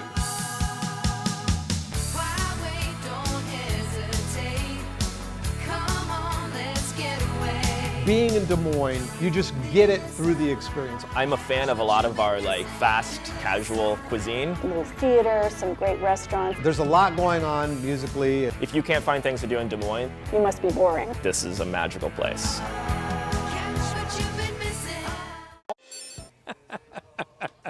There's lots of things going on. I turned my phone on. I'm not watching it. So Dar Danielson joins us. Dar will have the next game. Well, he doesn't join us. He'll be in the next game next. It's like Dar doesn't let me on the mic. I don't let him on the mic because we'll never get it back. We've done enough games together. We know how things are going. No, Dar was just finishing up telling Laura and I about Collins Maxwell. So Michaela Hogue, she had a no-hitter broken up with a bunt single in the 6th, and then she gives up a home run in the top of the 7th. It ends up Collins Maxwell, the 9-1 win over Newell Fonda. And I was getting a message from Chris Andringa, who we will see Friday as our stats person on the IPTV broadcast. He said if Collins Maxwell would have finished off this with a shutout, they would have a chance to be just the second team to goose egg their way through 2 straight state tournaments. The other was Carlisle in 96 and 97, the last 2 years of the Penny Cope era. I tell you, Chris he's so good at his job. And we've already got great stats from him. So, we give nuggets. We all do our part. And Chris's part is giving you those numbers that are just incredible. That's amazing right there to have that. Fly ball going to land just inside the left field line, and it's going to be a long single for Carly Salmon. So we talk about her in the field, and now she comes up with the hit. Now Lauren Loken and likely Aaron Ackerman to bat, but actually we're going to see. Get a runner in here. Is it a runner or a pitch hitter? It's going to be a runner, and it's going to be a pinch hitter. So it's going to be a pinch runner. All right, so Lauren DeLeo, if I remember correctly. Lauren goes for the pinch runner, and then we'll have a pinch hitter, and that is going to be Kate Anderson. And we've had substitutions, and all of them have been brought to you by IMT Insurance. Learn how you can be worry-free with IMT at imtins.com. If you look at the box score for Assumption, this is not out of line for them at all. He'll pinch hit, and that's what Anderson is going to do. So Katie Anderson will be the at-bat now.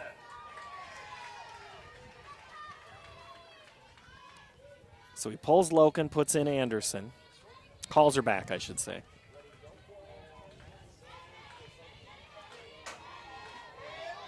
Well, and a lot of things can happen here. Nobody out. See if they start running the bases. If your assumption, you're just you want to push on that gas. 4 is, you can shake your head and say, yep, we can do 4. If you put 2 more and make it 6, even 7, that's a whole nother different mindset. So Kate Sproul is really going to have to buckle down here, put the team on her back. You're just wanting outs now, and worry about the hitter at the plate. Worry about working on her, not the base runner.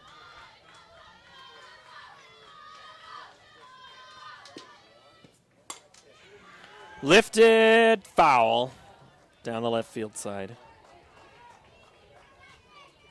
Anderson doing a good job of showing bunt, pulling the bat back, trying to make some contact, and start a little rally for the Knights.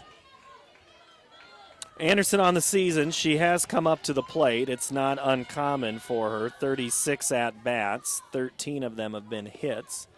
It's a .361 average. She puts it in play. Could be 2. Instead, Hogan's just going to take the sure out herself. So Sam in a race gets the lead runner gone.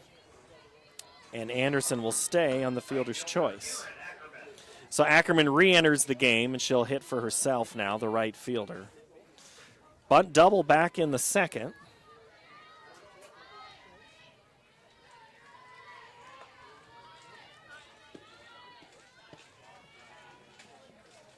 Off the plate for a ball. And showing bunt again, making that defense on all parts of the field move. You've got left fielder and Lindsay kind of charging in to cover right behind the dirt, and you got both corners charging. Stealing, going down to second. Not in time is Sydney Schultz's throw, and Anderson is at second with the stolen base.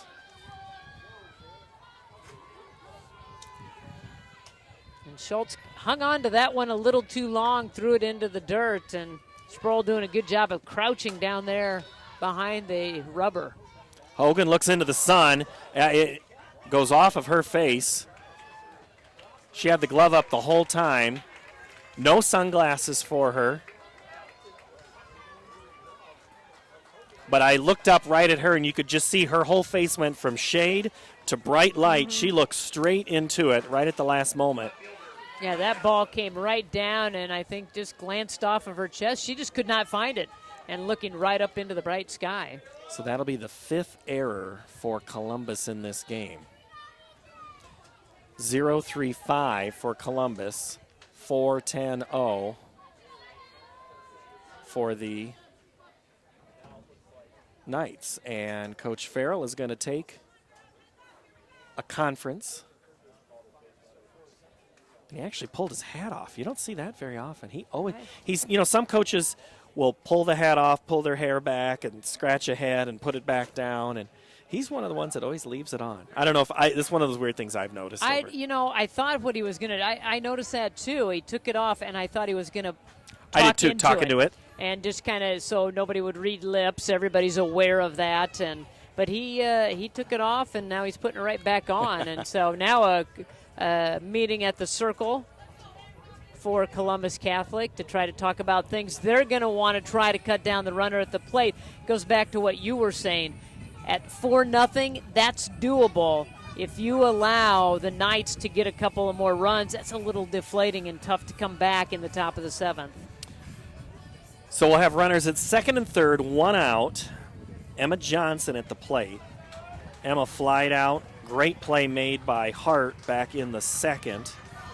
And she had a single that blooped right behind shortstop the last time.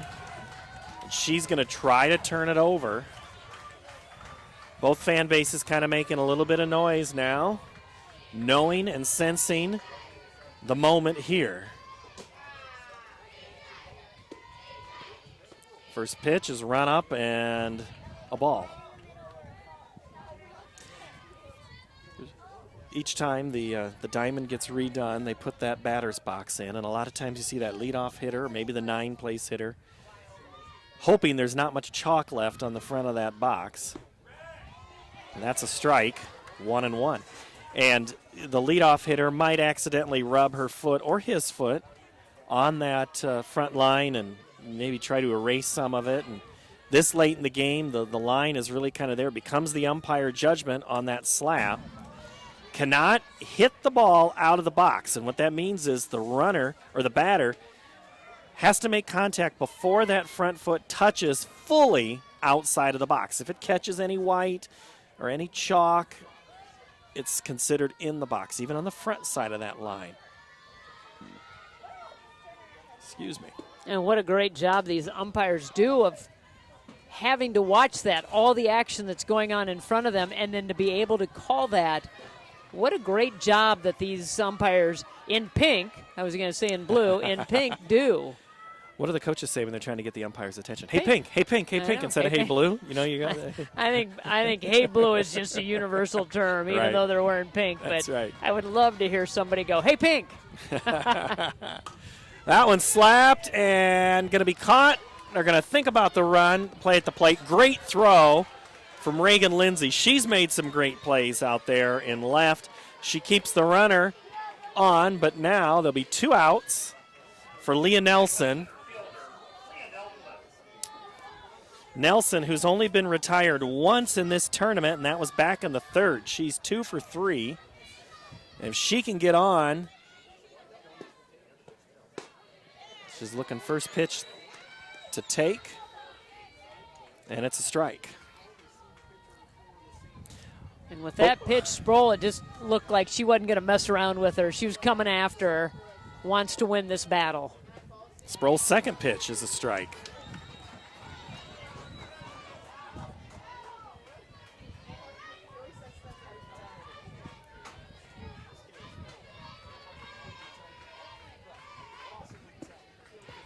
The 0-2 grounded to the left side. Nice play by Hogan in the hole. Not in time. Gets away from the first baseman. 2 runs are going to come in to score. Nelson is going to be at second. Hogan, it was a slow roller. She had a lot on it, but it was just tough to scoop out by Meyer. And Nelson gets the job done. And I think they're going to call that a hit. At least keep it on the board as a hit. So that means runs 5 and 6 have come in to score for Assumption. It was a tough play defensively, and just when you thought you had Nelson in a hole, 0-2, really 2 great pitches to start off the at-bat. She's able to get the bat on the ball and put it into play. That one's in play. In front of center field, another hit. The throw comes home, gets away from the catcher. It was tipped by Sproul, and going down to second, heads up play, Olivia Wardlow on another hit, and it's still 2 on with 2 outs, and Nicole Yoder up.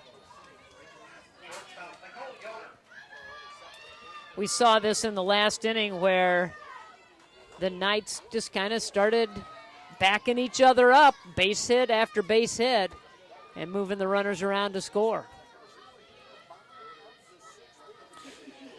It's been a fruitful bottom of the 6th for the Knights. Can they add more? That one catches the corner. Nice pitch from Sproul. Sproul on the season is the most winningest pitcher in the Cedar Valley.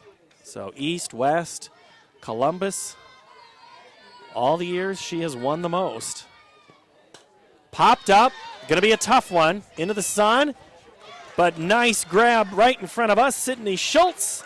And she says, all right, let's go bat. They're going to need 6 to tie here in the 7th.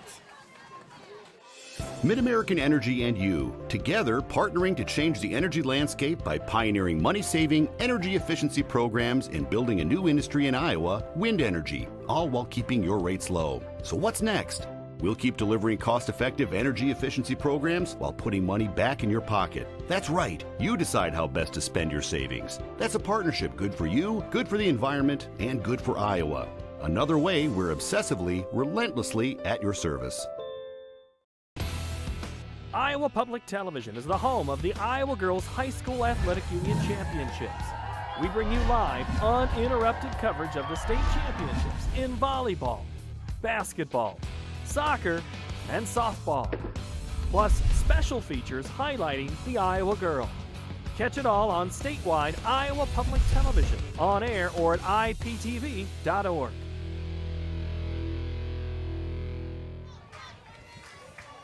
Columbus is going to need help from the bottom of their order. Sophie Meyer, Jalila Hart, and Malia Little due up for Columbus. They need 6 to play on. 0-3-6. Columbus has now made 6 errors in this game. And that's how many runs Assumption has scored, 6, 12, and 0. Hard to win many games with 6 errors, let alone in a state semifinal. Let's see what Meyer can do here against Allie Timmons. She struck out 7 in this game. She struck out 12 against Algona and starts out with a ball high. And actually, we have a pinch hitter here. For Columbus, it is Emma Borman, the senior. And any lineup changes, substitutions are brought to you by IMT Insurance. Learn how you can be worry-free with IMT at imtins.com. Just after 1 o'clock here in Fort Dodge. Swung on and missed. And the next game, we're still on schedule. Supposed to start at 1:30. They don't start games early because if you're driving all the way from Letts, they want you to be here for the 1:30 game. Swung on a miss. And it's another strikeout, this time of Borman.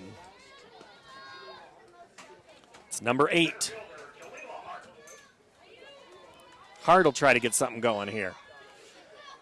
Hart's made some great plays in center.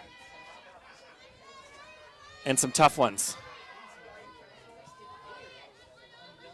And you hope that she can flush that when she tries to bat here. Pops it up behind us. Pitch from Timmons. If it's not rising, it's coming in at you. Yeah, it's either coming up. It looks really good when it's getting to the plate, and then it climbs the ladder, or it works its way in on your hands. You think the rise ball is the hardest pitch to hit that the pitcher can throw? That one went low. She dipped her shoulder. Is the rise ball the hardest one to hit? I feel it is. I mean, when you're up at the plate and you're looking at it and you think it's coming in right at that level, and then all of a sudden it just sneaks right over the top of your bat, that's the toughest one to catch up to. And you seem to, if you do make contact, you pop it up. And easier to catch pop flies a lot of times than to try to field a ground ball that might take a bad hop on you. Right. The 0-2 goes off of Wooler's glove. So it's now a ball and 2 strikes.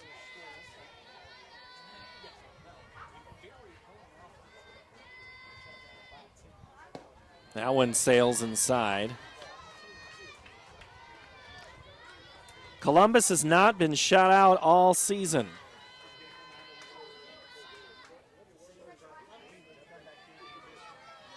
And it's only been a game since before the state tournament that Assumption shut somebody out, a 12-0 win against Monticello. And they've only given up 3 runs in their last 2 games. Actually, you go 3 runs in the last 6 games, extended all the way back to that game against Clinton to end the regular season. Hit up the middle, base hit. Jalila Hart extends it for Columbus, gives them life.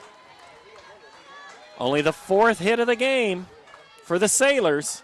Well, as a senior, that's exactly what you want to do. Try to extend your career, your season, your team season, and start a rally with 1 out.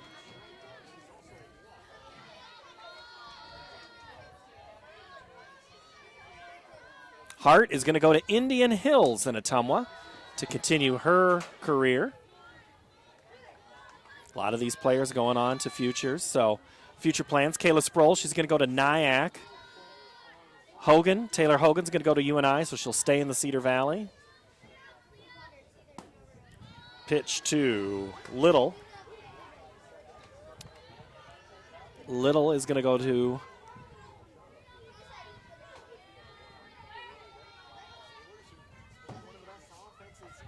me and my eyes, Laura. Little is going to go to Southeastern in Burlington.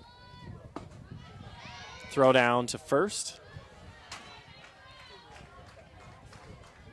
So for a lot of these players, this is not the end. If this ends in a loss for Columbus, they'll actually get to play tomorrow as well in the third place game. If they want to be on the main diamond, they're going to have to find some heroes. Popped up behind second, going back, calling off. Nelson calls off Yoder, and a much smarter play coming in on it is Nelson, makes it easy where it would have been a challenge for Yoder. Held down to their last out. Going to try to figure out a way. Shot will try to get on base and keep it going. And, you know, going back to talking about these players that are going to go on and play at different places, it will be interesting because a lot of these players now may be playing against one another, may become teammates in the next month. Right. When they move on to college. And so that's kind of a fun connection to have when you meet up at, say, Indian Hills and go, oh, hey, we played each other in the state tournament, and form a connection that way and a friendship. The 0-1 from Timmons. Popped up, left field, playable. This should do it, and it does. Emma Johnson makes the out, and the Davenport Assumption Knights are on to the state final with a 6-0 win here today. They'll go for title number 3 in a row in just over 24 hours. Or actually 48 hours. We're still there. Today's only Wednesday, isn't it? No, we got 2 more days to go. Get a little day of rest in there. So Assumption did it. You know, Timmons, the future Iowa Hawkeye in the circle, 8 strikeouts today, only gives up 4 hits. She was pretty darn good. She was, and she got some good defensive plays as well from her team behind her, but they are all excited to go back and try to be a team that has strung together 3 straight championships. Not many teams have done that in the history of the Girls Athletic Union, to be able to string together 3 in a row. There's only been 3 others that I think that I'm recalling, and I know Chris has already given me that stat, but I did not write it down. Ankeny is one of them. Ankeny is one of them. I do know that. So, all right, so Assumption, they are in the state final. They will play Friday, 3:30 p.m. on the Cougar Seeds Field in the state championship game in Class 3A. Columbus, well, they will play now the consolation runner-up game at 2:30 on Friday, and they'll play the loser of the West Liberty Louisa Muscatine game, and the winner plays Assumption in the final. So who knows? We could have the Class 3A versus the Class 2A champion from last year if Louisa Muscatine can knock off West Liberty. That game will be on this field and on this web stream from Iowa Central Field in just a matter of minutes. They're going to get the field cleared, empty the stadium, and get ready to play another softball game. So for Laura Leonard, for Ruben, I'm Paul Yeager, and the rest of the crew here of the Digital Network, which is powered by Mid-American Energy. Thank you so very much. Assumption advances with a 6-0 win. So long from state softball.